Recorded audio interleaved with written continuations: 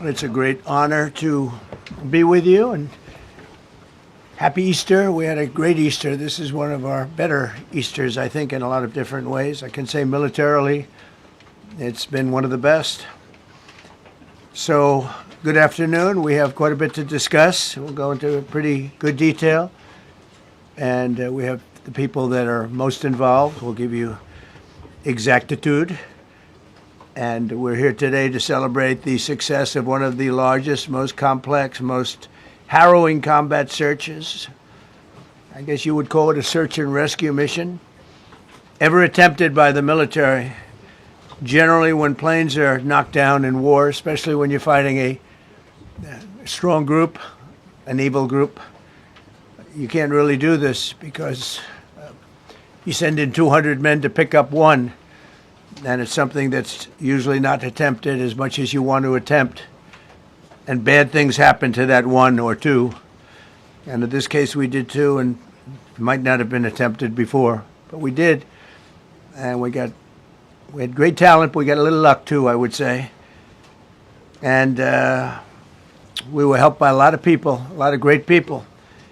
And it was an honor to be involved with it. It's very historic.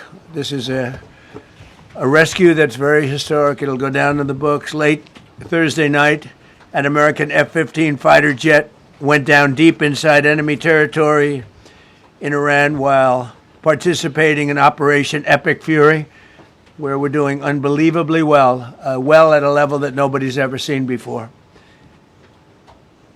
The entire country can be taken out in one night, and that night might be tomorrow night. Both members of the crew ejected from the aircraft and landed alive on Iranian soil. I immediately was asked to make a decision. I ordered the U.S. Armed Forces to do whatever was necessary to bring our brave warriors back home. A risky decision because we could have ended up with 100 dead as opposed to one or two. It's a hard decision to make. But in the United States military, we leave no American behind. We don't do it. Within hours, our armed forces deployed 21 military aircraft into hostile airspace, many flying at very low altitude, being shot by bullets. You bring rifles into play when you're going that low, but there are also certain advantages. And in broad daylight over Iran for 7 hours, at times facing very, very heavy enemy fire. We have a helicopter that's got a lot of bullets in it. It's amazing. We just realized how good those weapons are. Our machines are. Nobody has the equipment that we have, and nobody has the military that we have. Not even close. We're the most powerful military anywhere in the world by far. The flight crews and warfighters aboard those aircraft took extraordinary risks to rescue their fellow service members. This first wave of search and rescue forces successfully located the pilot of the F-15, and he was extracted from enemy territory by an HH-60 Jolly Green 2 helicopter. Fabulous machine as our warriors faced gunfire at very close range. It's amazing that when you look at the machinery, what happened, that nobody was even injured. Meanwhile, the second crew member, a weapons system officer, highly respected colonel, had landed a significant distance away from the pilot. When you're going at those speeds, even if you go out 2 or 3 seconds later, it's miles and miles away because you're going fast. He was injured quite badly and stranded in an area teeming with terrorists from the Islamic Revolutionary Guard Corps rough group, as well as besieged militia and local authorities. Many, on top of everything else, they told the communities actually within inside of Iran, the people of Iran, they were given a tremendous incentive to find this pilot. Despite the peril, the officer followed his training and climbed into the treacherous mountain terrain and started climbing toward a higher altitude, something they were trained to do in order to evade capture. They want to always go as far away from the site of the shoot down You want to go as far away because they all head right to that site. You want to be as far away as you can. And he was injured, and he was an amazing, amazing thing. He scaled cliff faces, bleeding rather profusely, treated his own wounds, and contacted American forces to transmit his location. They have a very sophisticated beeper-type apparatus that is on them at all times. And when they go out on these missions, they make sure they have lots of battery space and they're in good shape. And this one worked really well, amazingly, saved his life. We immediately mobilized a massive operation to retrieve him from the mountain holdout, and he kept going higher and higher. The mountain kept getting rougher and rougher, and really very, very hard to find.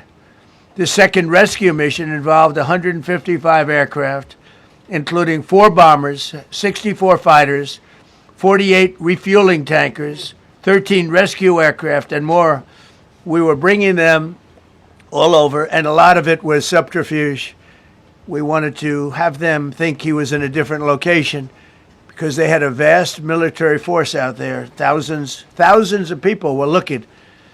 So we wanted them to look in different areas, so we were scattered all over like we were right on top of them.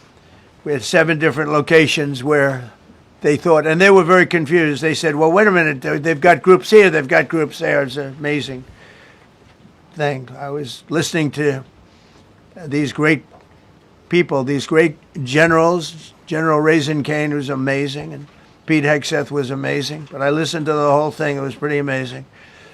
So they had all these different sites where everybody thought he was located. We think we have him over there because they have 9 planes circling a little area that's 25 miles down the coast. So in a breathtaking show of skill and precision, lethality and force, America's military descended on the area, the real area, engaged the enemy, rescued the stranded officer, destroyed all threats, and exited Iranian territory while taking no casualties of any kind. The heroic F-15 weapons system officer had evaded capture on the ground in Iran for almost 48 hours. That's a long time when you're in tough shape and when you're bleeding. It's a long time. When we left, as you probably know, we had 2 large planes, pretty old planes that carried a lot. We needed a lot more equipment going in than coming out, obviously, because going in, we needed to be able to scale mountains, and we had a lot of equipment. But the sand was sandy, wet sand, so we thought there may be a problem taking off because of the weight of the plane, and then we also had all the men jumping back onto the planes, and they got pretty well bogged down, and we had a contingency plan, which was unbelievable, where lighter, faster aircraft came in, and they took them out. We blew up the old planes. We blew them up to smithereens because we had equipment on the planes that, frankly, we'd like to take, but I don't think it was worthwhile spending another 4 hours there taking it off. So we didn't want anybody to have. We have the best equipment anywhere in the world. We didn't want anybody examining our anti-aircraft and other equipment. So these were large planes that were old and pretty old, and we blew them up. And we had faster, lighter planes come in, and they were able to land on the sand. We needed the bigger planes because we had so much equipment that we needed. We took 3 helicopters over there, which were very strongly used and couldn't have lived without them. They performed unbelievably well. And if you'd see it, you wouldn't believe it. They came off the plane, and these guys had them. The rotors were off. They rebuilt these helicopters in less than 10 minutes. And that was one of the more amazing things. These are helicopters, small, unbelievably powerful, but small, very small, so it can get into certain areas. And they got them off the plane, and they rebuilt all 3 of them in a matter of less than 10 minutes. It's pretty amazing what the genius of these people. Who would think that? You'd think it would take 5 days to build them. And in some companies, it would take 5 days, and they wouldn't do it well. But they served us well. As Commander-in-Chief, I never forget the extraordinary risk taken by the warriors that we send into battle and the genius. I mean, think of it, having a contingency of 3 planes waiting because we think the sand is so bad that we probably won't be able to take off. And the planes really got bogged. The sand this was not much of a runway. This was a farm, not a runway. It's a farm, but it did the trick. But to have a contingency as opposed to having to wait 2 days, can you imagine, right in the middle? This was central. This was right, you would call it central casting if you were doing a movie for location. And probably the toughest area of Iran where we'd be sitting there. So these planes came in, those pilots came in so fast and so quick and got out of there. Everybody got aboard and just got 15-minute intervals. 1 load out, 1 load out. 1 load out. It happened, and we were watching, and we said, "That's amazing." It's in many ways, I was almost more impressed by the contingency that we had than the fact that if we would have had a runway or decent soil. But it was an amazing thing. But we thank God for every single one of them and the talent, the genius. It's not even talent; it's genius. It's the whole ball game. Every one of them. If you look at what we did with Maduro, we went into a military compound, a massive, with thousands and thousands of soldiers, and within a matter of minutes, and he lived behind iron doors. There were steel doors, broke them down so quickly, and within almost minutes, he was in the back of these planes. It was a similar group, incredible. We have incredibly talented people, and if the time comes, we move heaven and earth to bring them home safely. We're going to bring our people home safely. I want to thank every member of the U.S. Armed Forces involved in these historic operations. They really were historic. It's just not something that's done. And you'd understand it. Not that they don't want to do it, but when you're going into areas, when you look at these helicopters, when you look at the amount of bullets and everything else that they took, when you go into these areas, you don't come out like we came out. God was watching us, I tell you. Well, it was the Easter, we were in Easter territory, I guess, but God was watching us. It's amazing. Because when you look at the machinery, they took damage. It tells you, first thing I said is, these are unbelievable machines, how they flew back and not even much of a problem. But these 2 extraordinary rescues, because it was 2, and as you probably know, we didn't talk about the first one for an hour, and then somebody leaked something, which we'll hopefully find that leaker. We're looking very hard to find that leaker. And talked about there's somebody missing. They basically said that we have one and there's somebody missing. Well, they didn't know there was somebody missing until this leaker gave the information. So whoever it was, we think we'll be able to find it out because we're going to go to the media company that released it, and we're going to say, national security, give it up or go to jail. And we know who, and you know who we're talking about, because some things you can't do. Because when they did that, all of a sudden, the entire country of Iran knew that there was a pilot that was somewhere on their land that was fighting for his life.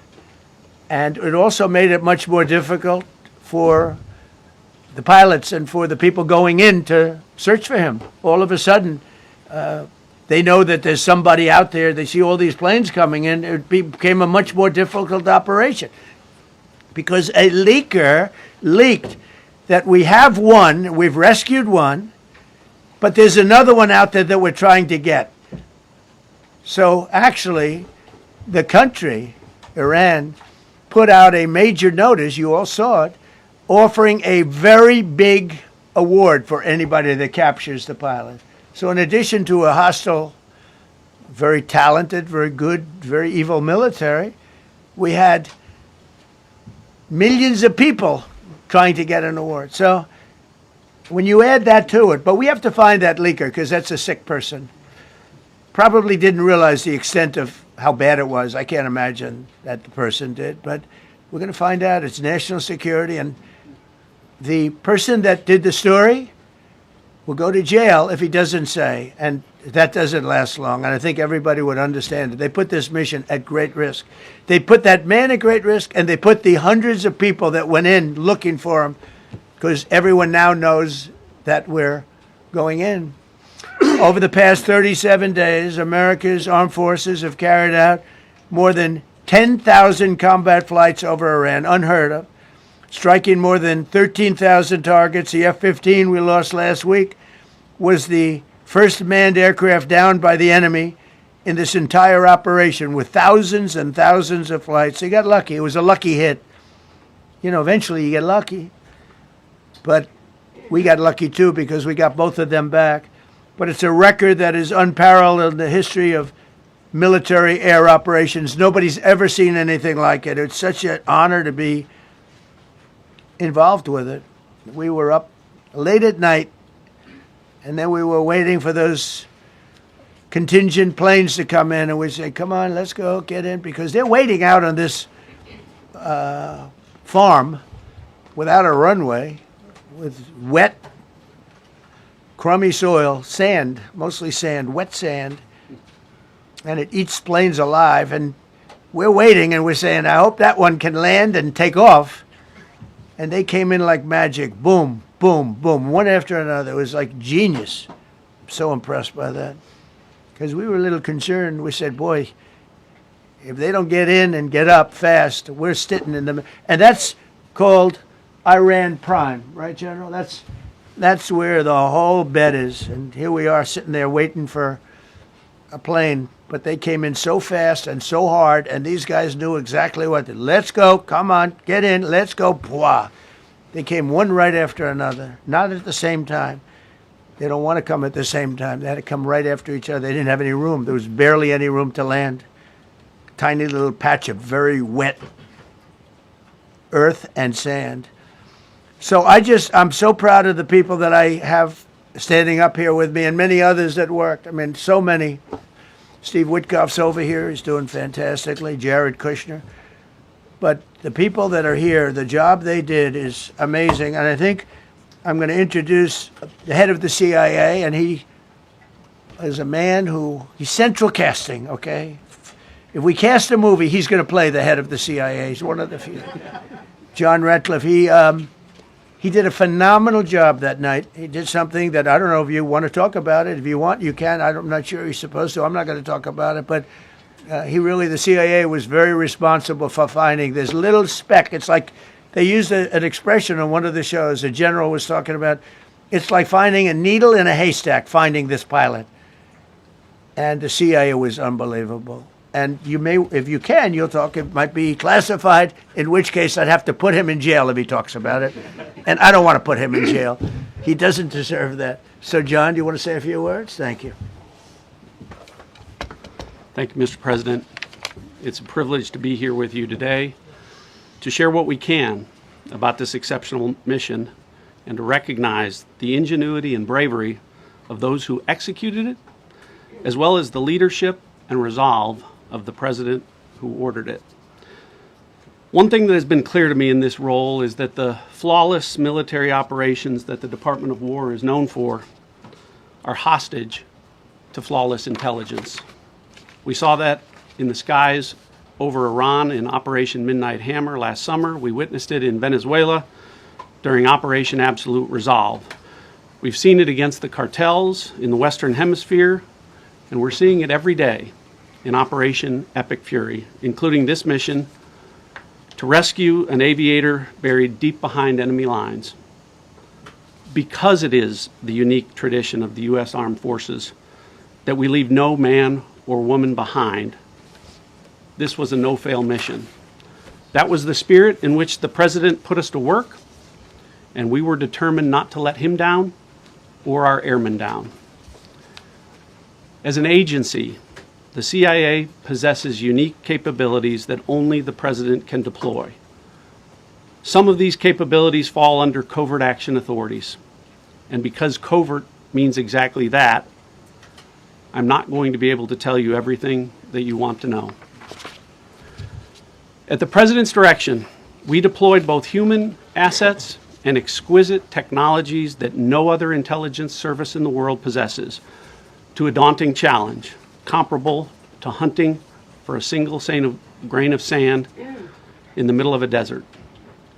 This was also a race against the clock, as it was critical that we locate the downed aviator as quickly as possible, while at the same time keeping our enemies misdirected. For that reason, in addition to the human and technical assets deployed by the President to find our airman, CIA executed a deception campaign to confuse the Iranians who were desperately hunting for our airmen.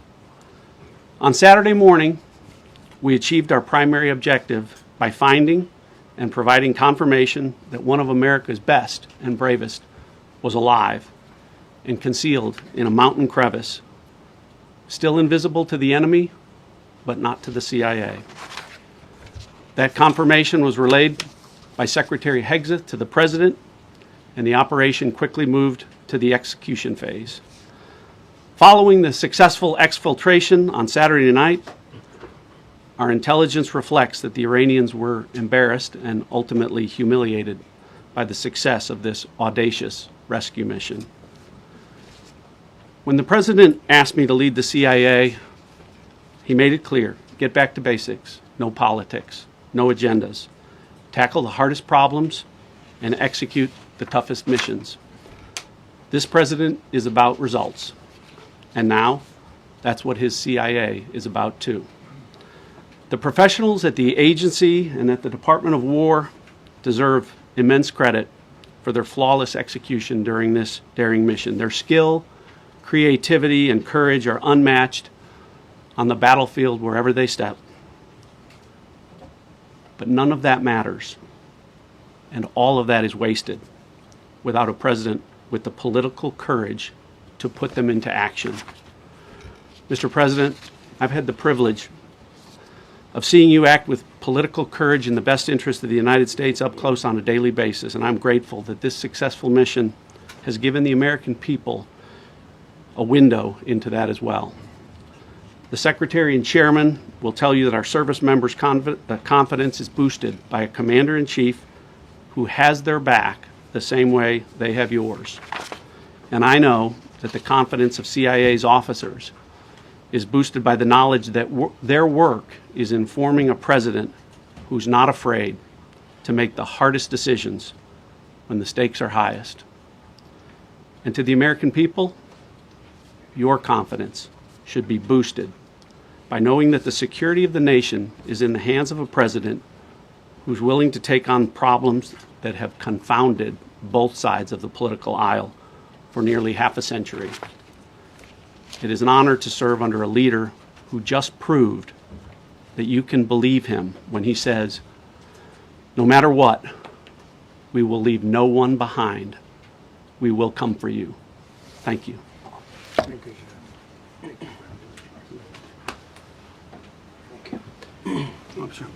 sir. Well, John, thank you for the collaboration of the CIA as well. Incredible and ongoing partnership. Ladies and gentlemen, fellow Americans, and especially the brave warriors in our armed forces, over this Easter weekend, the United States military has once again proved why we possess the greatest fighting force the world has ever known. In two extraordinary combat search and rescue operations deep inside enemy territory in Iran, our warriors executed missions of breathtaking skill, courage, and precision. When our warriors are unleashed, as this president has allowed them to be, they are unstoppable. When American airmen were down behind enemy lines, our forces and our president did not hesitate. Special operators supported by elite air crews and intelligence professionals moved swiftly and decisively into treacherous mountain terrain under the constant threat of Iranian forces closing in. Ultimately, it was an impotent Iranian threat. And today, as the CIA director mentioned, Iran's military, and we know this, is embarrassed and humiliated, and they should be. Now, these are not routine operations. They were high-risk, high-stakes missions conducted in the heart of enemy territory. This was not just barely into Iran, this was deep into Iran, involving coordinated strikes to suppress threats, deception tactics to protect our teams, and full synchronization across air, ground, and special operations. The Iranians are still asking themselves right now, how did the Americans do this? One downed airman evaded capture for more than a day. scaling rugged ridges while hunted by the enemy. When he was finally able to activate his emergency transponder, his first message was simple and it was powerful. He sent a message, God is good. In that moment of isolation and danger, his faith and fighting spirit shone through. You see, shot down on a Friday, Good Friday, hidden in a cave, a crevice, all of Saturday, and rescued on Sunday. Flown out of Iran as the sun was rising on Easter Sunday. A pilot reborn, all home and accounted for, a nation rejoicing. God is good. Despite incoming fire and unforgiving conditions, our troops brought every American home. No American lives were lost. We leave no man behind, and that is not luck. It's the result of unmatched training, superior technology, an unbreakable warrior ethos, and sheer American grit. Our special operators, pilots, and support crews performed with near perfection under fire, and they were lethal. Just ask any Iranian soldier who dared attempt to get anywhere near that pilot before or during that mission. Death from above. Our troops turned a potential tragedy into a resounding demonstration of American resolve and capability. That's what excellence in uniform looks like. But make no mistake about it. None of this would have been possible without the courageous leadership and ironclad determination of President Donald J. Trump. From the moment our airmen went down, President Trump made it clear we will leave no one behind. The first mission, the first of two, was an audacious daylight thunder run right up the middle. It was authorized in less than 2 hours from that pilot going down when we knew where he was. And it was authorized in the middle of the night, because anybody that's worked for this man knows he's up in the middle of the night. Authorized immediately, without hesitation, audaciously. The second mission, as soon as we knew where that pilot was, and John was certainly helpful in that, also executed immediately. You know, I looked up at my screen when the final mission was complete inside our SCIF, our secure facility. And we have a running VTC, a running coordination cell. And the top of it read 45 hours and 56 minutes. For 45 hours and 56 minutes, we held that call open for coordination. From the moment our pilots went down, our mission was unblinking. The call never dropped, the meeting never stopped, the planning never ceased. The president demanded rapid, decisive action. He backed our military with the full weight of his resolve, refusing to let enemy propaganda or tactical setbacks deter us. His leadership ensured that every lethal and non-lethal resource was brought to bear, that our forces had the authorities and the support they needed to succeed. When the president says he has the backs of our warfighters, he means it. And it means a great deal, and it's a big difference on the battlefield. President Trump understands that peace through strength is not a slogan. It is a doctrine that saves American lives. His unwavering commitment to rebuilding our military and restoring the warrior spirit has paid dividends in missions just like this one. Under his command, America projects power with confidence and brings our people home with victory. And that continues today, by the way. Per the president's direction, today will be the largest volume of strikes since day one of this operation. Tomorrow, even more than today. And then Iran has a choice. Choose wisely, because this president does not play around. You can ask Soleimani, you can ask Maduro, you can ask Khomeini. To those heroes who planned and executed these rescues, your nation stands in awe. I stand in awe. The chairman stands in awe. We all stand in awe of your professionalism and bravery.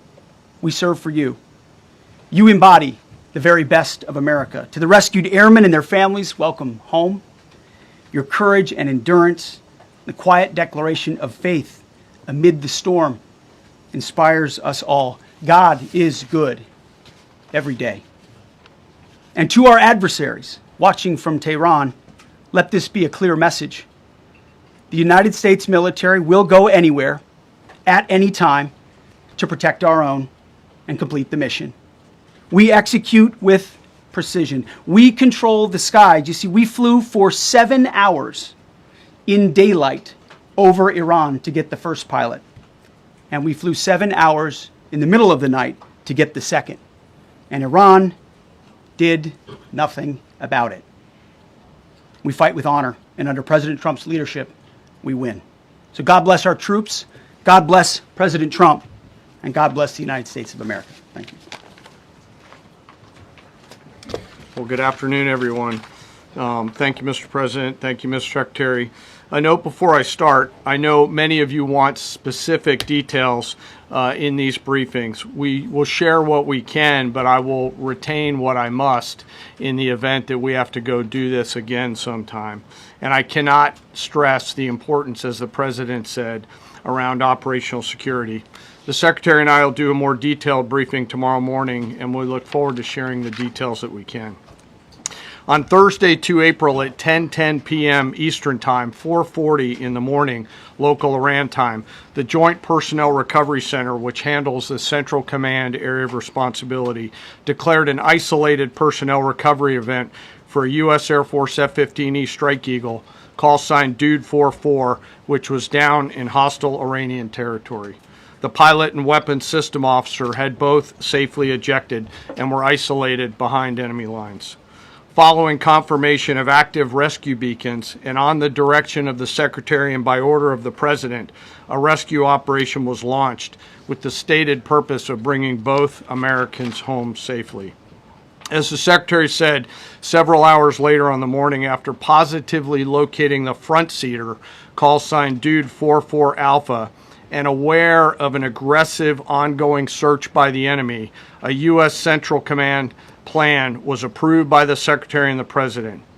Shortly thereafter, a U.S. Air Force Combat Search and Rescue Task Force, comprised of A-10 Warthogs in their Sandy role, and I'll describe what that is in a minute, HC-130 Combat King IIs, HH-60 Jolly Green II helicopters, and Air Force Special Warfare Airmen, a package comprised of combat rescue officers and pararescueman operators, audaciously penetrated enemy territory in broad daylight to find, fix, and recover Dude 44 Alpha from behind enemy lines.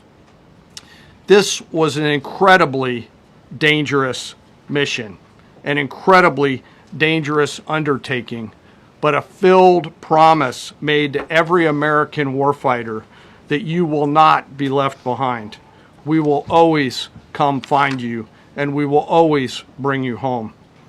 Over the next hours, the Search and Rescue Task Force crossed the beach, entered into Iranian airspace, protected by a fighter strike package, and moved into the objective area, all under fire. En route, as some of you have seen on social media, the helicopters took gas off the C-130s and pressed onward and forward up into the objective area. While this was ongoing and out in front of them, the Sandy flight of A-10s and other remotely piloted aircraft, drones, and other tactical aircraft were violently suppressing and engaging the enemy in a close-in gunfight to keep them away from the front seater and allow the pickup force to get into the objective area. During this engagement, one of the Sandy aircraft, the one primarily responsible for communicating with the downed pilot, was hit by enemy fire. This pilot continued to fight, continued the mission, and then upon exit, flew his aircraft into another country and determined that the airplane was not landable. This was one of our A-10 Sandy aircraft. The pilot then made the decision to eject over friendly territory and was quickly and safely recovered and is doing fine. After picking up Dude 44 Alpha, the HH-60 Jolly Green fight was engaged by every single person in Iran who had a small arms weapon. And one of the aircraft, the trailing aircraft, took several hits. The crew sustained minor injury, and they are going to be fine. A note for those of you that do not know what a Sandy does. named after the flight call sign that did this very mission in Vietnam, flying A-1 Sky Raiders and A-7 Corsairs. A Sandy has one mission: get to the survivor, bring the rescue force forward, and put themselves between that survivor on the ground and the enemy. They are committed to this. This is what they live for, and this is what they've trained for over many, many years. The A-10 force and the rescue force did a fantastic job rescuing Dude 44 Alpha. He was recovered Friday afternoon. As I said, and the nation needs to know this, this was an incredibly brave and courageous mission, and a testament to the courage, skill, and tenacity of the Joint Force and our leaders. And especially a daylight option, having the guts to try, means so much to so many. Meanwhile, the backseater, as the President and the Secretary have said, had continued to work and survive. Through the hours of daylight, Dude 44 Bravo, the backseater, evaded. Using every means available, the efforts of the United States military, the Central Intelligence Agency, and others were attempting to find and locate with precision Dude 44 Bravo, the backseater. A note on the backseater and the front seater. The single most important contributor to a successful rescue operation is the spirit of attack inside the heart of that downed aviator. Their will to survive, their will to evade, their will to recover is everything. In this case, the backseater's absolute commitment to surviving made much of our efforts possible. On Saturday, 4 April, after establishing positive communications with the backseater, we learned, as the President said, that he was injured and actively evading enemy forces. And thanks to our interagency partners, we were able to get eyes on his location and positively ID him. Throughout this entire time, the enemy force continued to search for 44 Bravo, and the Joint Force continued to strike them over and over and over again. Fighting off marginal weather in Iran and the enemy's search for a second time on Saturday, at the recommendation of the CENTCOM commander and at the approval of the Secretary and the President, we launched a rescue task force to recover Dude 44 Bravo. Again, this came to the President and the Secretary for approval, this time with a much larger force package based on the time that the enemy had to prepare to find 44 Bravo. Again, this force was protected by A-10 Warthogs using the Sandy call sign. And this force had one single mission: do everything they can to bring an American home. This meant having a plan, being prepared to execute that plan, and, more importantly, being prepared for multiple, simultaneous contingencies. And because of this force's professionalism, grit, and determination, fight off two enemies at the same time: the enemy searching for 44 Bravo and contingencies, which anyone who has done these types of missions knows we run into every single time. The force fought off both of those enemies incredibly well. During the period of darkness on Saturday, and as the Secretary said, into Easter Sunday and into the daylight, the force fought its way in and rescued Dude 44 Bravo. They were protected overhead by an air armada, including tactical drones, strike aircraft, and others.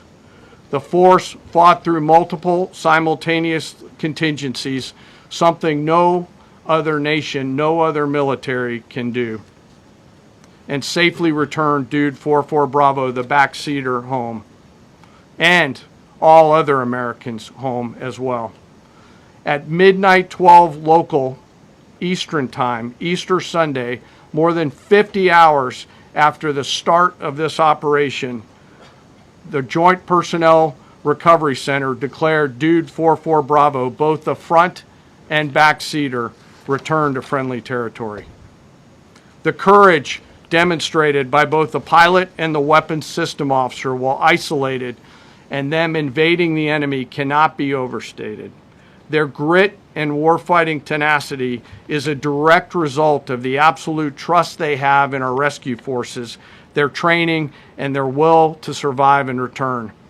They always knew that we would be ordered to go get them, and they always knew that we would be coming to get them. These two operations reflect our nation's most sacred obligation to our military service members. We leave no one behind, bless you. It also perfectly captures the first truth of our special operations forces, that people are more important than hardware. That is the standard we live by, and the rescue forces that execute these missions operate under a clear motto: these things we do that others may live. Their actions were a direct embodiment of that commitment to others, and I could not be more proud of each and every one of them today. As the Secretary said to our enemies, this operation serves as a clear reminder of the capability and will of America's joint force. The United States of America will recover our warfighters anywhere in the world, under any conditions, when we want to. We will always bring overwhelming skill and firepower. To every member of the joint force, our interagency partners, the leadership at CENTCOM, and our leaders at the department and above, thank you. I'm proud of each and every one of you, and thankful to our deployed forces and their families.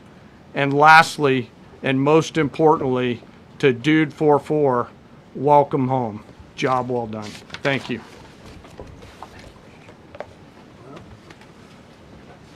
Pretty amazing. Pretty amazing.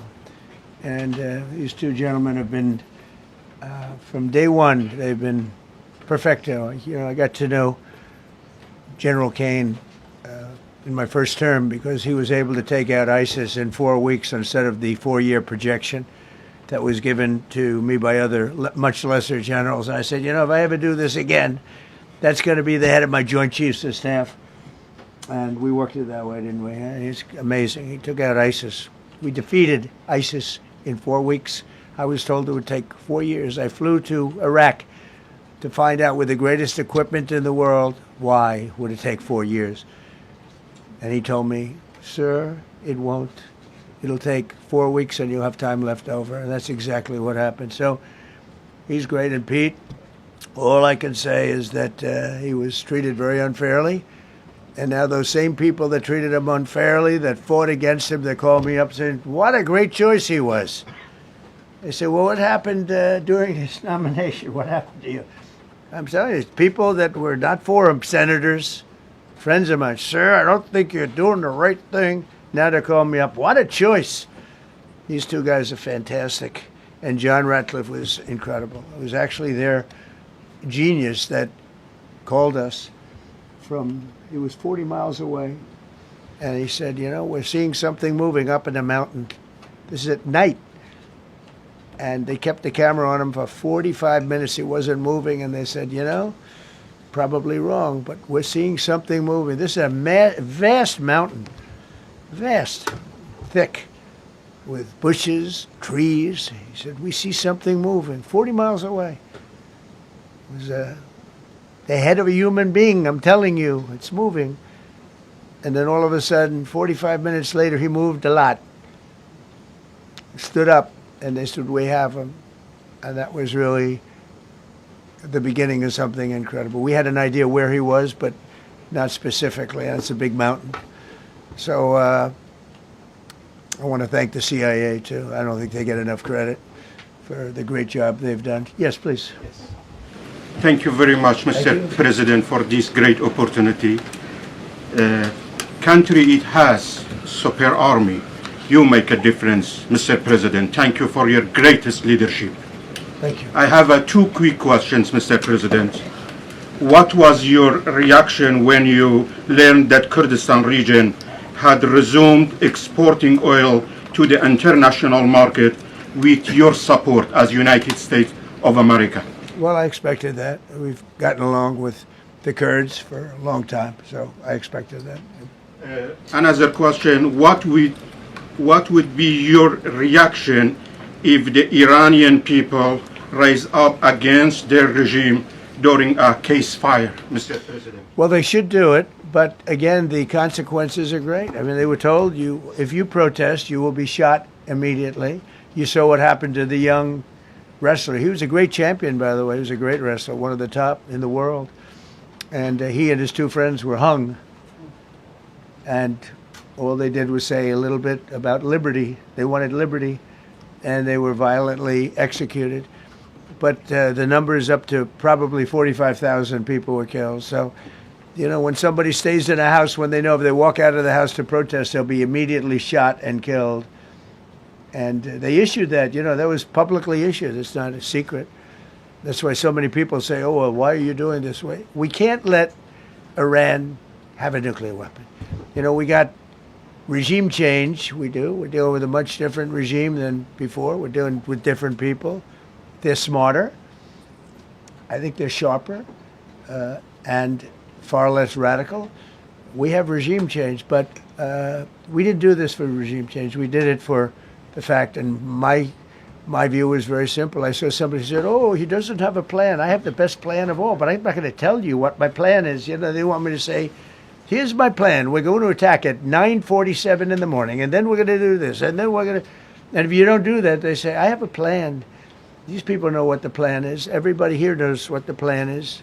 But it's very unfair to say, we don't, because I don't mind being insulted. I've been insulted for many years by the fake news, but you can't. It's so bad for people that are so you just saw two great, and John Ratcliffe, three unbelievable people. They have a plan. Every single thing has been thought out by all of us. But I can't reveal the plan to the media. So, you know, but we're just thrilled by the success of this operation. Yes, please. Thank you, Mr. President. You've said Iranians would be mad if you stopped these attacks, but why would they want you to blow up their infrastructure, to cut off their power? Wouldn't that be punishing Iranians for the actions of the regime? They would be willing to, and it's suffering, they would be willing to suffer that in order to have freedom. The Iranians have, and we've had numerous intercepts. Please keep bombing. Bombs that are dropping near their homes. Please keep bombing. Do it. And these are people that are living where the bombs are exploding. And when we leave and we're not hitting those areas, they're saying, please come back, come back, come back. These are the people. I don't know what they do. All I can tell you is they want freedom. They have lived in a world that you know nothing about. It's a violent, horrible world where if you protest, you are shot. Remember the great woman protests where they had 400,000, 500,000 women, and they were all enthused and they were going to protest, and everybody said, oh, the regime's going to come to an end. And then all of a sudden, boom, boom, 5, 6 different areas. A woman would go down right between the eyes. They had snipers. They had 5 snipers. That's all it took. And those 400,000 or 500,000 women said, oh my God, what's that? Oh, look over there, what's that? A woman shot right between the eyes. And after 5 or 6 of them go down, then you start hearing the purr through the vast number of people. And then they said, oh my God, who would do that? And they're incredible people, but they've lived so horribly. They've lived so horribly. You know, Iran was a great country if you go back 25 years ago or so. The Persian people, they're incredible, smart, brilliant actually. And I know so many. I know coming from New York, originally I know so many people from Iran. They're incredible people, incredible energy and very, very brilliant people. But when you're standing in a group and protesting and you have a woman, in the case of a woman, remember the Great Woman March, everybody was saying, oh, this is the end of the country. And then snipers selectively picked. Every single one was shot right between the eyes from a long distance. They were on top of buildings. Nobody even knew where they were, where they're coming from. This wasn't like a machine gun, which is also very bad. They've done that too. They did that recently. This was snipers sitting on the top of buildings, aiming and hitting women. And when they see people go down, and all of a sudden there's a riot in the reverse direction, and they never came out again. And a lot of the news doesn't talk about that. They talk about, oh, women's rights. You want to see women's rights? You're not going to see it there. It's amazing when I see some of the stupid people like, AOC plus 3, all that group. They talk about, freedom for Iran. They don't tell you the real facts. Women, men, gays. How about gays for Iran? They kill the gays. They throw them off buildings. So I wonder what's going on. I can only say this. They want us to keep bombing, even if it jeopardizes, because their life is in much greater danger. They want freedom for Iran, but it's very hard for them to protest. I actually tell them, I said, don't go out. I fully understand. Nobody in this room would go out. I don't think there's any, because frankly, it's not a question of bravery. We're all brave, right? You're brave, I'm brave, we're all brave. But we're also intelligent. If you have people shooting at you, expert shots with the best rifles you can get, and hitting you right between the eyes every single time, and you're looking here and you're seeing and you're looking here, you're out of there. I don't care who it is. Please. Mark Meredith, Fox News. I know that. Oh, thank you. How would I know that? Go ahead. America's watching. No. Good job. Can we go back to the weekend? First off, was everyone on board with the operation, or were there people that were trying to talk you out of going through with the operation this weekend? Not everybody was on board. Somebody else within No, you? there was military people, very professional, that preferred not doing it. These two were totally on board, which was very important. If they weren't, it would have had a little difficulty. But no, there were military people that said, you just don't do this. You don't go into the heart of a very powerful military. This is, hey, you have countries and countries. You have some countries where military is not their strong suit. This whole thing is militarized like nobody's ever seen before. Half the people are wearing uniforms. And we had people within the military. Usually it's not done. That's one of the reasons. I was surprised. Somebody said it's the only time it's ever been done. I said, that's not possible. But it is possible. Because you're going into hundreds of thousands of soldiers along the path. I mean, look at some of the helicopters, how they got hit. So, yeah, there were people within the military that said it's a wise. And don't forget, how many men did you send altogether, approximately, for the operation? I'd love to keep that a secret. Okay, well, we are. But I will tell you, the number, I'll keep it a secret, but it was hundreds. And hundreds of these people, that's pretty good. Is he central casting? But hundreds of people went into this journey. Hundreds of people could have been killed. Forget about the equipment. A lot of equipment. Nobody cares. Hundreds of people could have been killed. So we had people that were within the military that said this is not a wise. And I understood that, but I decided to do it. Was there a point that that you were thinking there's too much on the line, and somebody was saying maybe we abort this now and wait? I mean, given the resource, like the general said, it seemed like there was so much on the line here. You must have been thinking, this could have completely changed. So the first one, which was in many ways as dangerous as the second, I guess it gets, because we're flying over daylight. We're the best at the world at night. We have goggles that nobody. We have goggles. I've tried them. They're unbelievable. I see better with the goggles at night than I see without them during daylight. I mean, daylight today, we have a beautiful day. You see just as well with goggles. In many ways, it's enhanced. So we have the best in the world. So it's much safer for us to do it at night, whereas other people, no other country has that capability. They don't have that particular piece of equipment like we do. But when I was told flying and in daylight, I think we flew 7 hours over Iran, and that's a long time, over unbelievably hostile territory, where they have nothing but weapons. We took out their anti-aircraft, which is great. We took out their radar, which is great. We took out a lot, but they still have, what hit this one was a handheld shoulder missile, heat-seeking missile. So it's not like, they're totally whatever. But and they had probably a little luck, because you got to get lucky. But they shot it, and it got sucked in right by the engine. But these guys were out of there. They were great. Their timing was great. But no, I was told that this is a very dangerous mission. I understand. They didn't say it's a foolish mission. They said, we're going to be sacrificing hundreds of people do this. You have tankers that are flying over this area so that the flight was so long, they had to refuel. It's a very dangerous mission. I just felt it was worth it. If you would have told me that we would have been successful, gotten both, and nobody was even essentially injured, I would have said that would be impossible. Yeah, please. Mr. President, thank you very much.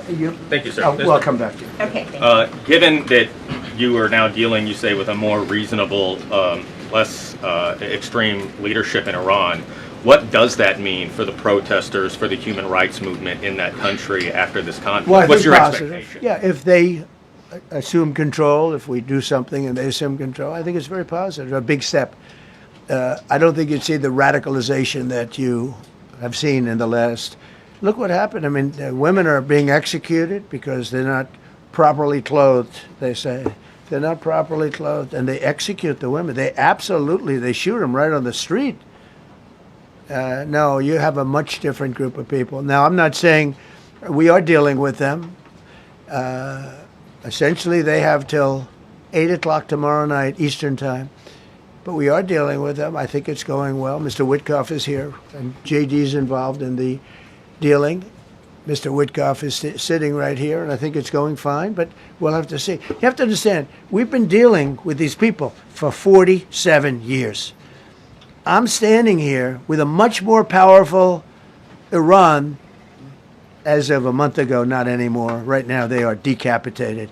But I'm standing here a month ago with a much more powerful Iran than it was at any point during 47 years.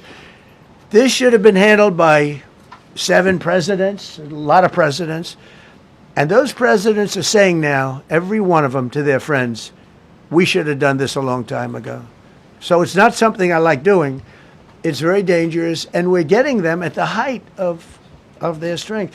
If I didn't terminate the Barack Hussein Obama Iran nuclear deal, they would have had don't forget, that was a path to a nuclear weapon. Remember this.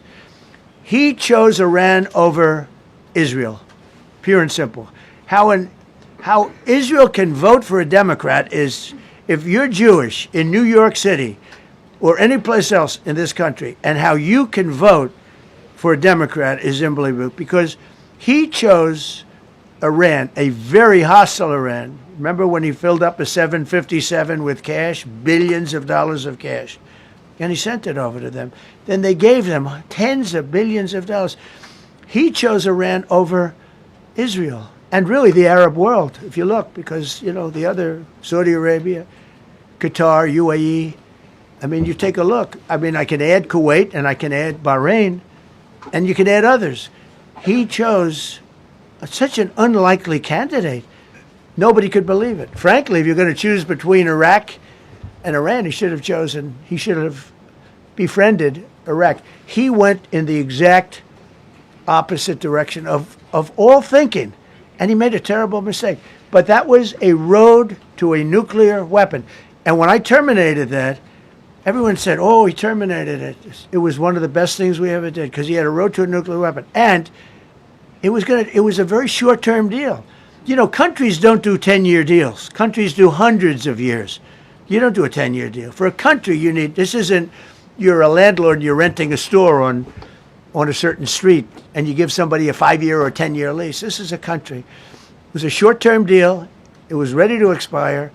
I terminated it before it expired. Took a lot of heat, and it was one of the best things I ever did, because he would have had a nuclear weapon. Then he would have had another nuclear weapon, had those beautiful B-2 bombers not gone in 8 months ago, and obliterated that site. And by the way, the word is obliteration. CNN said, well, maybe it wasn't complete. It was so complete that they still haven't been able to get it. It was obliteration. But if we didn't hit them, that was a courageous decision, too, because we had all those planes flying in at night with very little cover, unbelievable stealth planes, and they were able to do their job. If we didn't do that, Iran would have had a nuclear weapon at a high level, either one of those two instances. And if they did, in my opinion, I told this to Bibi Netanyahu yesterday, Israel would have been extinguished. Large portions of the Middle East would have been extinguished, whether it's Saudi Arabia, Qatar, UAE, or others. And you saw that with thousands of missiles raining down upon them. They didn't think they were going to be hit. They thought they'd be watching us fight. And all of a sudden, UAE got hit by 1,500 missiles. He would have taken them out also. and they were powerful. If I didn't come along and terminate the Obama deal, which was terrible, the Iran nuclear deal was a road to a nuclear weapon, a big one, unlimited, legally. I terminated it without even much thought. It was so easy. I terminated that, and then the B-2 bombers. And I did one other thing. I had killed Qasem Soleimani, who was an evil genius. And the reason I did it, I heard he was going to knock out 5 of our military bases. And had he lived, I believe we would be fighting perhaps a different Iran right now, because he's never been replaced, you know. And I did one other, but this one was not picked up. Osama bin Laden. If you read my book, I said you got to take him out 1 year before the World Trade Center came down. So I wish you'd read the book. But you, as a president, to be a good president, I believe you have to have good instincts. And a lot of this is instinct. Yeah, please. Thank you so much for taking my question today, Mr. President. Yeah, go ahead, please. Last week you suggested that Europe should take the lead on reopening the Strait of Hormuz. Has circumstances changed now that you're issuing a direct 48-hour ultimatum? And secondly, would a new ceasefire include Israel, or would it just be between Iran and I can't the talk US? about ceasefire, but I can tell you that we have a active, willing participant on the other side. They would like to be able to make a deal. I can't say any more than that, but they'd like to do it. You've listed the goals. Excuse me. Please, go ahead. You've listed the goals. Who you with? Who you with? My name is Diyar Kurda. I'm with the largest Kurdish media outlet, Ruda Media Network. It's based in Iran. Go ahead. Mr. President, you said before that you don't want the Kurdish forces to enter Iran and be harmed. Do you still want them to stay away, or what role do you expect them to play now? I'd rather have them stay away. And then, I'd rather have them stay away because I think they bring with them some problems and some difficulties. And I don't think they bring death, I mean, you know, to themselves. But I'd rather have them stay away. Go ahead. Thank you, Mr. President, for the question. Deliberate attacks on civilian infrastructure violate the Geneva Conventions and international law. Who are you with? I'm with the New York Times. Zolan from the New York Times. Are you failing? Are you concerned? Circulation way down at the New York Times. Are What's you going on concerned with that your threat to bomb power plants and bridges amount to No, war not at crimes? all. No, I'm not. I hope I don't have to do it. But again, I just said 47 years they've been negotiating with these people. They're great negotiators, and because they're not going to have a nuclear weapon. And if somebody that takes my place someday is weak and ineffective, which possibly that will happen because we had numerous presidents that were weak, ineffective, and afraid of Iran, we're never going to let Iran have a nuclear weapon. And if you think it's okay for people that are sick of mind, that are tough, smart, and sick, really sick, from a policy standpoint, from a standpoint, any which way you want to say, mentally, these are disturbed people. If you think I'm going to allow them, and powerful and rich, to have a nuclear weapon, you can tell your friends at the New York Times, not going to happen. It means violating international law. Quiet. You no longer have credibility at the New York Times because the New York Times said, oh, Trump won't win the election, and I won in a landslide. I won every swing state. New York Times said, oh, Trump won't win the election. New York Times has no credibility. The credibility they have is it used to be all the news that's fit to print. The old gray lady, it was great, but they're running on past fumes, and you can't keep doing that. You have to be able to give the correct news. And people like you, who I know, are fake. You're fake. Go ahead, please.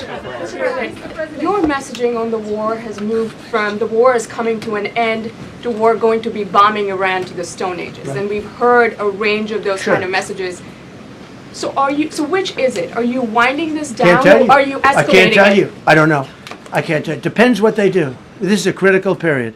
They have a period of, till tomorrow at 8 o'clock. I gave them an extension. They asked for an extension of 7 days, right? I said, Steve, give them 10 days. 10 days is up actually today, so I gave him 11, I guess indirectly. I thought it was inappropriate the day after Easter. I want to be a nice person. They have till tomorrow. Now we'll see what happens.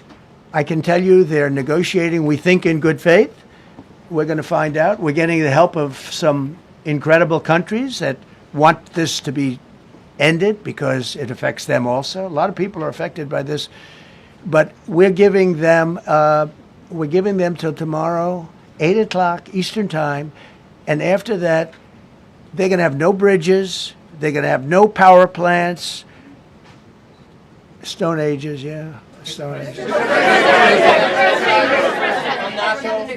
CNN fake news. Are you willing to make a deal that does not include reopening the Strait of Hormuz, or is that now a top priority? I would say it's a very big priority because, see, that's one thing that's a little different than other things. We can bomb the hell out of them. We can knock them out for a loop.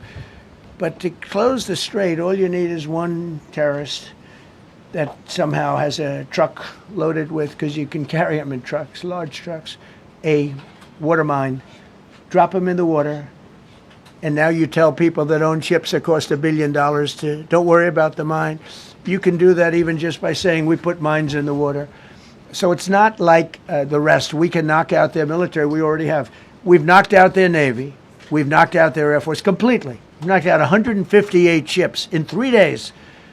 We've knocked out even their mine droppers. They don't have any mine droppers anymore, but they put them on other boats, and they could drop them. I'm not even sure they have any mines there, by the way. I'm not sure. I'm personally, they say there might be 8. I don't know. I think there might be none because they're very good bullshit artists. That's why for 47 years they've been bullshitting other presidents, and they haven't done the job. And people are living in hell. You live in that country, they're living in hell. No, I think that 47 years of this stuff is long enough. They're at the weakest point they've ever been.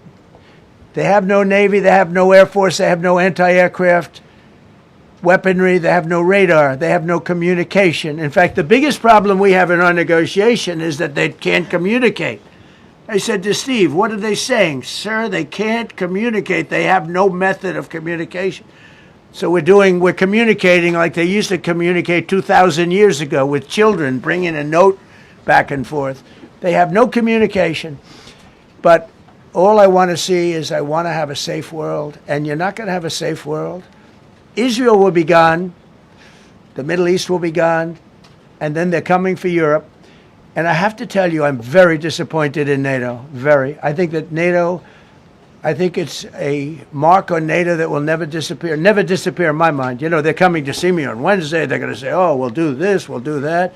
Now they all of a sudden want to send things, you know. But they said it loud and clear at the beginning. When I spoke to UK of all, I would have said they would have been the first because they're the oldest. And I say, yeah, I'd love to have a little help. He said, no, sir, we'd rather wait till you win. I said, I don't need help after we win. They have 2 old broken aircraft carriers, barely work. I said, I guess we can use them. Who the hell knows? I called the general. He didn't even want them. He said, we don't really need them. We got the SS Abraham Lincoln, sir. We don't need them. You know, we have, in terms of technology, we had one day 101 missiles going at 2,700 miles an hour, aimed at the Abraham Lincoln. 101 missiles. Out of 101 missiles, 101 missiles were shot down. Unbelievable technology. 10 years ago, 5 years ago, I don't know if that would have been possible. But 10 years ago, that wouldn't have been possible. 101 missiles heading to a ship that's not that far off the coast. And out of the 101 missiles, we shot down all 101. We have weaponry. The Patriots are unbelievable. We have weaponry that's unbelievable. Yeah. Just to clarify. Go ahead, please. Yes. Thank you, Mr. President. You said earlier today during the egg roll that you would like to take Iran's oil, but Americans want U.S. forces home. Correct. What's that trade-off? If I had my Does choice, it take too if I had my much time? choice, yeah, because I'm a businessman first. With Venezuela, as you know, the war was over in about 45 minutes. And we have great people running Venezuela, very good people. I mean, the relationship is good. And we are a partner with Venezuela. And we've taken hundreds of millions of barrels, hundreds of millions. Over 100 million barrels already is in Houston, refined and out. And paid for that war many, many times over, many times. You know, the old days, to the victim. Okay, you know that. To the winner belong the spoils, go the spoils. And I've said, why don't we use it? To the victor, go the spoils. And we don't have that. We haven't had that in this country probably in 100 years, because even the Second World War, you look at the Second World War, we didn't have it with the Second World War. We helped rebuild all those countries. We rebuilt Germany. How about Germany telling us that, well, it's not their war. We had nothing to do with it. They wanted me to go and tell them everything I was doing. We didn't know anything about it. Well, if I would have told them, they would have leaked it, and we wouldn't have been nearly as successful, possibly, right? But to the victor belong the spoils. So we haven't heard that in, I think, maybe hundreds of years. Now with Venezuela, and we, just so you understand, the people of Venezuela, they say if I ran for president of Venezuela, I'm polling higher than anybody has ever polled in Venezuela. So after I'm finished with this, I can go to Venezuela. I will quickly learn Spanish. It won't take too long. I'm good at language. And I will go to Venezuela. I'm going to run for president. But we're very happy with the president-elect that we have right now, the people that are running it. If you remember Bush with Iraq, they fired the generals, they fired the police, they fired the people that worked in their equivalent of the White House. They fired everybody. And you know what they had? They had a mess. And you know what happened? ISIS formed. Those generals and those soldiers got together. The police got together. They all got together. They formed ISIS. Not going to happen with us. So Venezuela has been an incredible situation. We went in. We were very successful. Military power like nobody's ever seen. The general, Venezuelan general, said, I was on that site. I said, I've never seen ferocity like that. I've been doing this for 40 years. He said, I've never seen it. They hit us from 17 different, they were all set. They saw that big, beautiful aircraft carrier, the Ford in that case, and planes were pouring off it at 1 o'clock in the morning. So typically when you see that late at night, you know, you could be in trouble, right? And we were all ready. They had their equipment. It was Russian. And they had Chinese equipment. It was all set. They were going to give us a fight. He said, and then they came. And they came at speeds like we've never seen. And they came at 17 different angles. The general and his people, that was a lot of angles. They hit him from every angle. He said, we knew it was over in 3 minutes. We were waiting for them. Their equipment didn't work. And there's a reason it didn't work. Someday we'll explain that to people. They pressed the button. Nothing happened. They pressed it again and again. Nothing happened. And he said, we knew this whole thing was over in 3 minutes. We've never seen any, he used the word ferocity. The ferocity of these planes from 17 different angles. And it was over. They went inside. And remember, that was on a military base with thousands of soldiers. And those soldiers looked and they said, get the hell out of here. Thousands. We didn't have thousands. We had like 200 people. So we have a great military. And I'll tell you what, somehow this rescue captured the world's attention, more so than normally. You're talking about two people. But this rescue captured the world's attention. But we did it in Venezuela. That was amazing. And now we have a very bad man in prison and going to trial. I mean, he released, aside from the drugs, which he was terrible, Maduro released hundreds of thousands of people from jails into our country. Drug dealers, murderers, the worst people in the world were released into our country because we had a stupid president who probably didn't know. And we had a border czar who never went to the border and never once called our great border patrol agents, right? Not once, Kamala. She never called the border patrol. She never said, how are we doing? I used to call the border patrol guys every day. You can ask them, Paul, ask any one of them. Brandon, ask them all the time, how are we doing? How are we doing? And we now, I'm proud to say, have a totally sealed border. 9 months, nobody is coming through our border. And nobody even tries because they know they're not going to get through. So we don't have caravans anymore. Right. So maybe one or two more and we'll be done. Mr. President, are you allowed to, or are you willing to end this conflict with Iran charging tolls for passage through the strait? Us charging tolls? Iran. What about us charging tolls? Is that something you're considering? I'd rather do that than let them have them, right? Why shouldn't we? We're the winner. We won, okay? They are militarily defeated. The only thing they have is the psychology of, oh, we're going to drop a couple of mines in the water, all right? No, we have a concept where we'll charge tolls, okay? I thought you meant us. Your question would have been more accurate if you said us. Go ahead. Thank you very much. So just to clarify, in order for Iran to successfully meet your deadline tomorrow, do they have to make a deal, open the strait, or both? We have to have a deal that's acceptable to me. And part of that deal is going to be, we want free traffic of oil and everything else. Mr. President, thank you very much. You've said glory be to God in this conflict. Do you believe that God supports the United States' actions in this I do, war? because And have you God sought is his direction? good. Because God is good, and God wants to see people taken care of. God doesn't like what's happening. I don't like what's happening. Everyone says I enjoy it. I don't enjoy this. I don't enjoy it. These two guys don't enjoy it. You know, people say, "Oh boy, they're so tough." I don't like seeing people killed. I've ended 8 wars. Nobody's ever done it. The person who won the Nobel Prize came to me and said, "You deserve the Nobel Prize." She announced that. When they announced, they said, "Goes to Maria. She's a great person, really a good person." She said, No. This is ridiculous. They gave me the Nobel Prize. President Trump ended 8 wars. I could go over every one of them, including India and Pakistan, where the Prime Minister of Pakistan said, President Trump saved from 30 to 50 million lives. That makes me much happier than what we're doing right now. That makes me much happier. We have one more to end, by the way. Okay. President, you called yesterday in your Truth Social, you called the Iranians crazy bastards. True.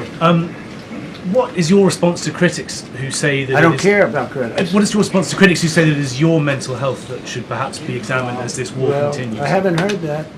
But if that's the case, you're going to have more people like me, because our country was being ripped off on trade, on everything for many years until I came along.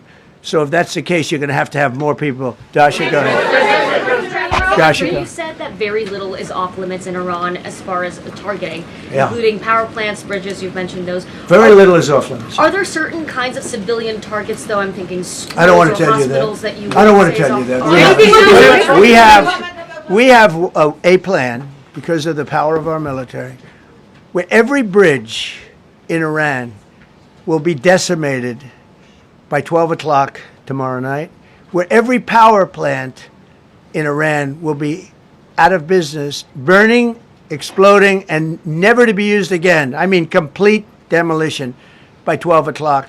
And it'll happen over a period of 4 hours if we wanted to. We don't want that to happen. We may even get involved with helping them rebuild their nation. And you know what? If that's the case, the last thing we want to do is start with power plants, which are among the most expensive thing, and bridges. You saw the bridge. The bridge went. We were very close to a deal. And then I got a call from Mr. Witkoff, Mr. Kushner, and JD saying, I think they're breaking the deal. I said, tell them that's okay. Don't worry about it. But tell them to look out their window and watch. And within 45 minutes, I gave the order to knock out the biggest bridge. I gave the order, knock out the biggest bridge in, I believe, the Middle East, but the biggest bridge in Iran. And within 10 minutes after I gave that order, that bridge was over. So do I want to do that? No. Do I want to destroy their infrastructure? No. It will take them 100 years to rebuild. Right now, if we left today, it would take them 20 years to rebuild their country, and it would never be as good as it was. And the only way they're going to be able to rebuild their country is to utilize the genius of the United States of America. Mr. President, on NATO, you voiced your displeasure with NATO in the past. Is there a danger to the U.S. not being the de facto of the leader of the alliance, and then other powers within the alliance then getting the decision making when it comes to wars and nuclear weapons? No, it's not a danger. Look, we went to NATO. I didn't ask very strongly. I just said, hey, if you want to help, great. No, we will not help. I said, that's all right. You don't want to help? Because I've always said NATO's a paper tiger. See, NATO's a paper tiger. Putin's not afraid of NATO. Putin's afraid of us, very afraid of us. And he's explained it to me a lot of times. I got to know him very well. I know him very well. NATO's a paper tiger. NATO is us. And when we needed them, we didn't need them, by the way. We didn't need them, obviously, because they haven't helped at all. Just the opposite. They've actually gone out of their way not to help. They didn't even want to give us landing strips. Think of it. And it's not just NATO. You know who else didn't help us? South Korea didn't help us. You know who else didn't help us? Australia didn't help us. You know who else didn't help us? Japan. We've got 50,000 soldiers in Japan to protect them from North Korea. We have 45,000 soldiers in South Korea to protect us from Kim Jong-un, who I get along with very well, as you know. Do you notice he said very nice things about me? He used to call Joe Biden a mentally retarded person, okay? So don't tell me about your stuff. Joe Biden, he said he's a mentally retarded person. He was so nasty to Joe Biden. It was terrible. But to me, he likes Trump. And do you notice how nice things are with North Korea? It's very nice. But we have 45,000 people, soldiers, in harm's way, right next to Kim Jong-un with a lot of nuclear weapons. 45, which should have never happened if a certain president, I'm not going to mention this president because I happen to like him, believe it or not, but if a certain president did his job, Kim Jong-un would not have nuclear weapons right now. But they were all afraid to do their job properly. But just to conclude and just to finish, Japan didn't help us, Australia didn't help us, South Korea didn't help us, and then you get to NATO, NATO didn't help us. There were some countries that did. Now, countries that have been good, now you could also say they're got to be a little bit more involved because they're in the territory, but Saudi Arabia has been excellent, Qatar has been excellent, UAE has been excellent, Bahrain, Kuwait. I mean, Kuwait did shoot down 3 of our planes. The only planes, really, that we lost with friendly fire, they call it. I call it unfriendly fire. They unfortunately didn't know how to use our great Patriots. The pilot said, what kind of a missile's coming at us? Patriot. Boom, they got out. Because they know a Patriot never misses. So they had beautiful Patriots. There were planes heading in their direction. Unfortunately, they decided to shoot those planes. They were our planes.